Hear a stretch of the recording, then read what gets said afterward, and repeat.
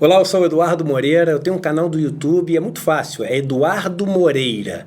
Mas eu queria convidar você para assistir esse vídeo aqui no 247. E é claro, se inscreva lá no meu canal e aqui também no 247.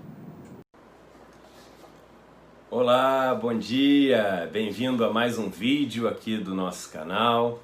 Você que é novo no canal, por favor, inscreva-se no canal para você sempre receber o aviso dos novos vídeos. É bom você clicar naquele sininho também, que aí você recebe uma notificação que entrou um novo vídeo. E você que costuma frequentar o canal, meu abraço carinhoso, meu bom dia com muito carinho e obrigado, minha gratidão por a gente estar sempre junto aqui, papeando, discutindo e pensando caminhos aí para o nosso país. Muita gente me pedindo para falar sobre esse novo plano que foi ontem revelado pelo governo, esse plano econômico, o Plano Mais Brasil, né? E falar o que eu achei, etc. As pessoas estão super ansiosas porque veio um monte de coisa escrita ali, várias medidas propostas, vários direcionamentos do governo, etc. E eu vou gravar um vídeo falando com calma sobre o Plano Mais Brasil. Quero até estudar com mais calma o Plano Mais Brasil. Eu dei uma passada de olhos ali no documento. Minha primeira impressão foi muito assim, ruim, e eu vou explicar por que foi muito ruim, mas a gente vai gravar um outro vídeo sobre isso, com calma, explicando detalhadamente, porque a gente deve colocar as coisas numa ordem lógica, a gente deve entender as coisas que estão acontecendo, e é preciso, antes de falar desse Plano Mais Brasil, dar um passo para trás, de algumas semanas para trás, para falar do que foi feito antes de vir com esse Plano Mais Brasil, para as pessoas poderem se situar, né?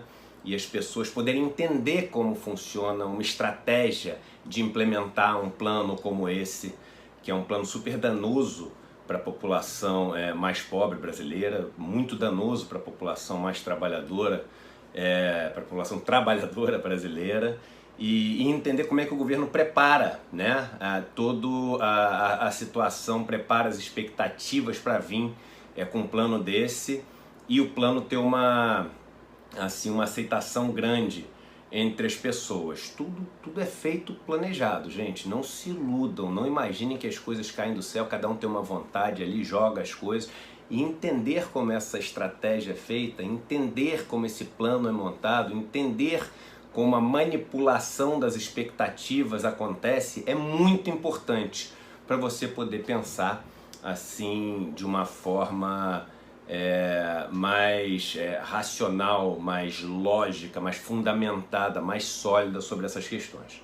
E não foi à toa que algumas semanas todo mundo começou a receber pelo seu WhatsApp, etc., esse documento aqui, esse post aqui, né, que comparava o Bolsonaro com a Dilma. E quem não recebeu isso aqui através do WhatsApp, recebeu via o Twitter, vendo um post que alguém fez no Twitter, ou no Facebook, ou em alguma outra mídia social como o Instagram. E as pessoas ficaram muito impressionadas com essa peça de marketing aqui, né? Eu recebi um monte de mensagem de pessoas de esquerda, né, que falavam o seguinte, do campo mais progressista: caramba, Eduardo, olha o que eles estão mandando, e como é que a gente rebate isso? E agora? Olha isso aqui, não sei o que, as pessoas meio desesperadas assim, né? Isso aqui, para quem não viu ainda, eu vou botar aqui na tela inteira, é uma comparação, né, do governo Bolsonaro com o governo Dilma, mostrando que a inflação caiu de 10,67% para 3%, os juros caíram de 14% para 5%, o Ibovespa subiu de 38 mil pontos para 108 mil pontos, o risco país caiu de 533 pontos para 117 pontos, e o PIB, que caía 3,8%, foi para 0,8% positivo. E aí as pessoas falam: meu Deus, isso não... E agora? Como é que a gente vai rebater isso? E etc. Então, assim, a primeira coisa que eu queria falar para as pessoas é o seguinte: calma, gente, vamos entender as coisas. Até, se realmente isso aqui for verdade, o seguinte, o Brasil virou uma Suíça, o negócio ficou maravilhoso, Os pobres agora conseguiram finalmente encontrar uma vida melhor, as oportunidades existem para todo mundo, as pessoas se sentem protegidas, as pessoas se sentem mais livres, as pessoas têm mais cuidado para elas através da saúde, elas têm mais futuro através de uma melhor educação. Se tudo isso aconteceu mesmo, vamos bater palma pro Bolsonaro, vamos bater palma pro Paulo Guedes, vamos dar parabéns para eles, né? Porque assim, o que a gente quer é um Brasil melhor, né? O que a gente quer não é, pô, vamos ferrar com o Bolsonaro, vamos ferrar com o Guedes, porque eu odeio ele, etc. Cada um tem sua vontade pessoal, você pode querer isso, o outro pode querer outra coisa, etc. Mas o que a gente tem que pensar é o seguinte, o que a gente quer é um Brasil melhor. Será que realmente tem esse Brasil melhor que eles estão mostrando? Ou será que não foi coincidência isso aparecer há algumas semanas com tanta força assim em todas as redes sociais, todo mundo receber isso aqui e aí de repente vir um plano desse, um plano mais Brasil e todo mundo achar, caramba, se tá andando assim tão bem, vamos apoiar esse plano, vamos continuar esse trajeto tão maravilhoso que tá aqui, né? E eu não vou nem falar sobre a peça publicitária, né? Porque isso aí já entra a questão da propaganda, que já vem cheio de coisas para te deixar inconscientemente vendo uma melhora absurda. Então o Bolsonaro tá com uma cara simpática, feliz, né? Você sabe que o Bolsonaro é uma pessoa muito simpática, muito feliz, tem tudo a ver com o Bolsonaro, essa foto aqui, né? E a Dilma tá com uma cara, fazendo uma cara feia aqui, nervosa, não sei o que, etc. Então, um tá verde, o outro tá todo vermelho. Então é tudo feito assim para visualmente, no primeiro impacto, você já ficar assim, com uma ideia pré-concebida, antes de ler os números, né? E eu vou começar, a gente vai falar sobre cada um dos números, cada um deles, pra gente poder passar por todos os pontos. Porque a gente não tem que fugir de nada. A gente tem que discutir todos os pontos. A gente tem que compreender tudo que sai. Porque a gente não foge, a gente não manipula. A gente trabalha com os dados, com os fatos, com a verdade. E aí a gente consegue derrubar qualquer coisa que não venha nessa linha. E a gente vai começar pelo final. E eu explico por quê. A gente vai começar pelo PIB, né? Aqui diz, o PIB era menos 3,8% e agora o PIB está 0,8%. Por acaso é a caixinha que está mais cheia, né? Ou seja, está quase cheia a caixinha. O PIB, que espetáculo esse PIB de 0,8%. Primeira coisa, vamos dar novamente um passo atrás. Essa obsessão por ver quanto que o PIB cresceu é algo que já é extremamente manipulado. Assim. O que é o PIB? O PIB é a geração de riqueza que existe num país durante um período, né? E o PIB, essa geração de riqueza, ela é uma média. Ela diz muito pouco sobre o que aconteceu com o país. Só para vocês terem um dado, em 2017, tá? O mundo teve um crescimento de PIB, aproximadamente ali uns 3%, tá? Isso foi o que foi gerado de riqueza no mundo. Gente, 87% dessa riqueza gerada no mundo parou na mão do 1% mais rico. 87%, quase que 9 de cada 10 coisas que foram geradas de riqueza, pense no que você quiser, como que foi gerado de riqueza, água, comida, energia, tudo que você pensar, parou no cofre do 1% das pessoas mais ricas. Os 50% mais pobres, ou seja, a metade mais pobre da população, ficou com zero, nada. Ou seja, essa média mostrou que o mundo cresceu, mas existem dois mundos diferentes. Tem o mundo dessas pessoas mais pobres que não teve nada, absolutamente nada, não ficou com nem um pedacinho, e tem esse 1% mais rico que ficou com quase tudo. Então é como se tivessem dois PIBs diferentes, né? Então essa média é super enganosa. Então não vi, o Brasil cresceu 0,8 ou o que quer que seja, que bom. Calma aí. Que bom que você vai comer um papel escrito PIB? Você vai se alimentar de um relatório do governo? Você vai se alimentar da riqueza que parou na sua mão. E esse PIB que está sendo gerado, ele está indo parar na sua mão? E mais, esse PIB que está sendo gerado, com essas medidas que estão sendo propostas, ele vai parar mais ou menos na sua mão? Então essa é a primeira questão, que é um passo atrás. Aí a gente vai agora para o número do governo, o 0,8, que ele mostra como sendo, poxa, olha só, a gente tinha caído tanto e agora está crescendo 0,8. Primeiro, isso aqui, esse PIB que mostra essa queda de 3,8, foi no pior momento onde a gente teve a crise que teve do petrolão, quando começou toda aquela história do impeachment ou golpe, como eu gosto de ver essa situação. Nunca existiu alguém tirar um presidente por causa de algo que todos os presidentes fizeram, que foi a tal da pedalada fiscal. Não tinha nada diferente disso que pesasse sobre a Dilma. Eu sempre digo o seguinte, impeachment, ele funciona da seguinte maneira: quando a economia está indo mal para o grupo mais privilegiado, eles arranjam um jeito de tirar quem está no poder. É assim que funciona o negócio nesse tipo de democracia que a gente tem, onde meia dúzia mandam no destino do país. Mas você chama do que você quiser. Você não precisa, ele falou golpe, então ele é petista, comunista, socialista, etc. Chama de impeachment, então. Mas foi no ano que aconteceu isso. Todos os investimentos para as maiores empresas, as maiores empreiteiras do Brasil, eles secaram, essas empresas pararam, a Petrobras, maior empresa do país, parou também por causa daqueles... O Brasil inteiro parou. Aí eles pegaram o pior momento, tá? Pior momento desse que o Brasil teve ao longo dos últimos 30 anos, para poder comparar aqui e dar esse impacto, e mostram o 0,8 como sendo algo extremamente bom. Só que vamos ver o seguinte, eu vou botar aqui na tela para vocês o relatório do FMI, não estamos falando de nenhuma instituição de esquerda, de Unicamp, que vocês acham que é de esquerda, do relatório de um desses sites que você acha que é de esquerda, a gente está falando do FMI, tá? Do FMI. Quanto que o FMI previa que o Brasil ia crescer em julho de 2018, ou seja, antes de ser escolhido o presidente da República. Sabe quanto ele achava que o Brasil ia crescer em 2018? Qual que era a previsão do mundo capitalista, do mundo de mercado, em relação ao crescimento do Brasil para esse ano? 2,5%. É isso mesmo que você está ouvindo. O crescimento previsto para o Brasil, antes do Bolsonaro entrar com essas medidas todas, era 2,5% esse ano. Por quê? Porque a economia estava ultra deprimida, qualquer coisinha certa que fosse feita ia apresentar um crescimento muito grande. Eu sempre repito, se uma coisa cai de 10 para 2, ela caiu 80%. Se sobe de 2 para 4, ela subiu 100%.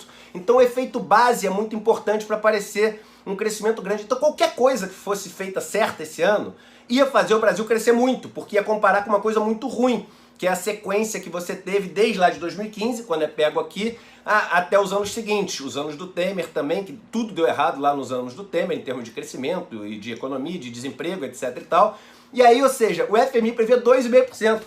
O Bolsonaro está se gabando de um crescimento que é menos de 1/3, vou repetir, menos de 1/3 do que foi previsto pelo FMI, que é assim, absolutamente um lugar de direita, não é? A gente não está falando de uma posição aqui de esquerda, a gente está falando de mercado. Então, antes de saber quem ia ser eleito, ou seja, o cara que foi eleito, que é o cara que representa o tal mercado, que é um cara que tem a economia tocada por um banqueiro, ex-banqueiro, sei lá, banqueiro, não sei, mas o cara de mercado fez o Brasil crescer 1/3, menos de 1/3 do que era esperado. Então é com isso que você tem que comparar. Não é comparar com o pior crescimento que teve na história dos últimos 30 anos. Comparar assim, ano passado, quanto que esperava crescer? 2,5%. Quanto que ele conseguiu entregar de crescimento? 0,8%. O que é esse 0,8% aqui? Um desastre. É um desastre. É pífio. Ou seja, tudo que ele fez deu errado. Tudo que ele fez deu errado. E aí você quer ver o que é mais engraçado? Nesse projeto, a gente vai falar com calma sobre ele em outro vídeo, mas nesse projeto que ele apresentou ontem, nesse plano Mais Brasil, ele mostra o gráfico do crescimento do Brasil com barras. Aí ele mostra uma seta caindo pra caramba, e aí, desde que o PT saiu do poder, né, desde que a esquerda saiu do poder, o crescimento ele mostra um setão pra cima, subindo, ou seja, o crescimento tá subindo com setão. Olha como o governo te manipula, ou tenta te manipular. Se você olhar esse setão que ele botou pra cima, é mentira. Por que é mentira? Porque a gente tá em 2019. Se você olha o que existe até 2019 nas barrinhas dele, é pra baixo. Caiu.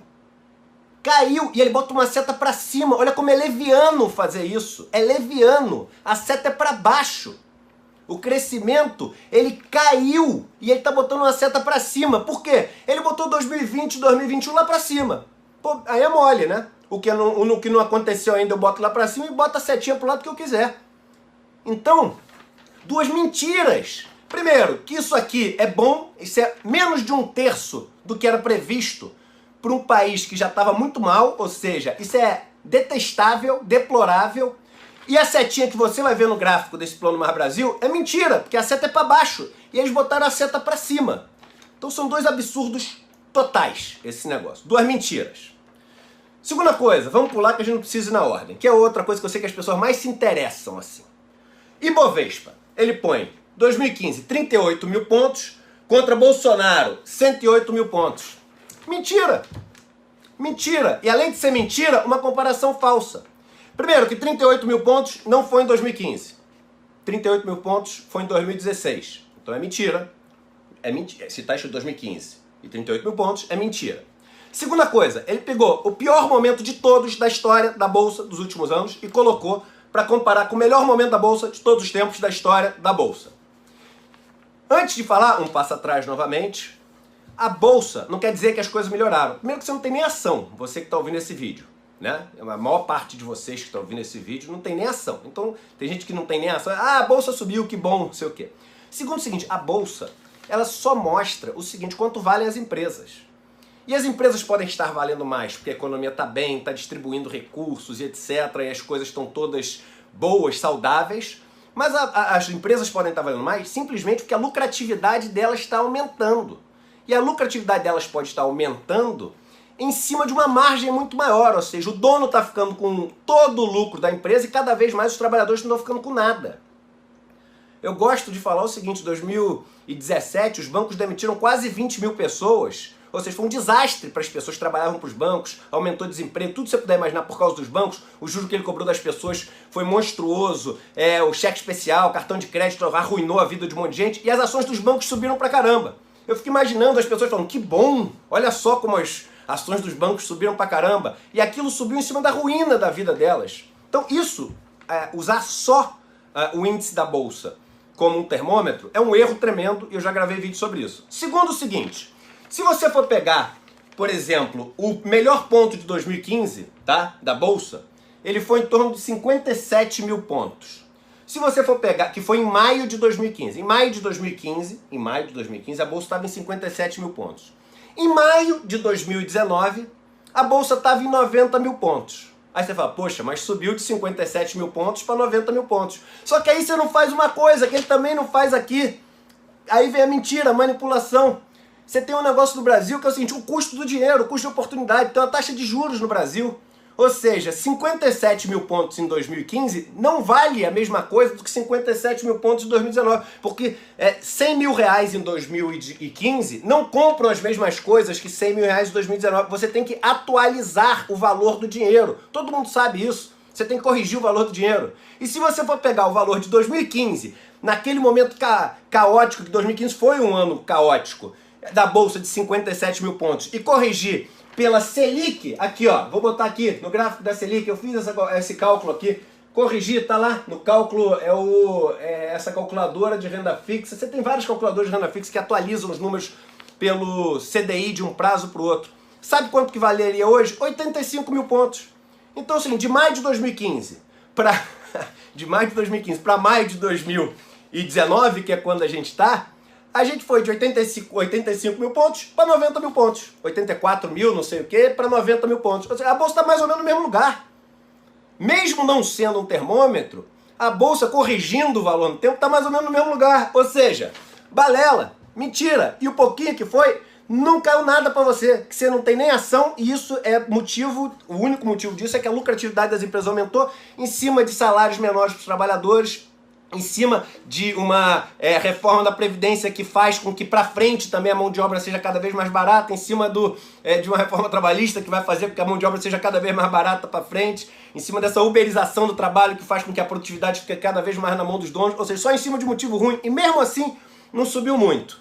Aí vamos lá. Risco país, 533 pontos para 117 pontos. As pessoas falam, risco país, risco país. Ninguém sabe o que é risco país. Você sabe o que é risco país? Você não sabe o que é risco país.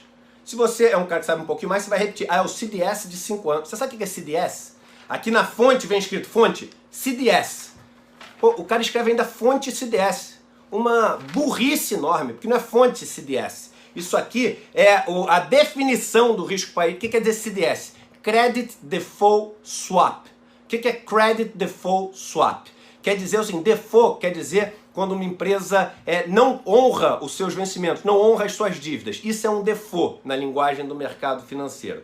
Credit Default, que é um default de crédito, ou seja, ela não honrou com o crédito dela. O que é swap? Swap quer dizer troca. Então quer dizer o seguinte, olha, eu tenho aqui uma dívida, mas eu tô com medo dela não pagar. Você troca comigo essa chance dela não pagar? Ou seja, se ela não pagar, eu posso passar para você o prejuízo? Aí o cara fala, pode. E aí eu pago um dinheirinho para ele poder me garantir essa possibilidade de, se tiver prejuízo, ele honrar esse prejuízo para mim, eu não perder dinheiro. Isso é a mesma coisa que o seguinte, um seguro. É um seguro para te garantir de se a dívida do Brasil não for paga. Por que que esse seguro caiu tanto de preço agora em 2019? Porque todos os recursos que tinham para educação, para saúde, etc., depois de teto dos gastos, depois da reforma da Previdência, etc., deixaram de ir para educação, deixaram de ir para saúde, deixaram de ir para Previdência Social, vão deixar de ir agora para o funcionalismo público, vão deixar de ir para tudo isso. E aquilo que eu sempre pergunto, para onde vai? Para onde vai? Vai para pagar a dívida dessa meia dúzia de pessoas mais ricas que detêm a dívida. Como todo o dinheiro está deixando de ir para você e indo para o banqueiro que tem a dívida, o seguro da dívida cai. Novamente, isso aqui é um negócio mostrando o seguinte, não está indo mais para você, agora está indo só para o cara que tem a dívida. Ele está mais tranquilo, ele paga um seguro menor. E você está todo feliz porque o risco Brasil caiu. Você está todo feliz porque o risco Brasil caiu. A inflação caiu. Por que a inflação caiu de 2015 para cá? A inflação caiu porque a economia parou no Brasil. A gente viu aqui, não só ao longo desses anos, 2016 o PIB caiu de novo, quase 4%, 2017, 2018 cresceu ali na média 1%, ou menos de 1%, um pouquinho menos de 1%, e esse ano que era para crescer 2,5% foi um desastre de novo, aí parou. Como a economia parou, ninguém está comprando nada, ninguém tem como investir ou subir o preço das coisas, você não tem inflação, a economia está parada.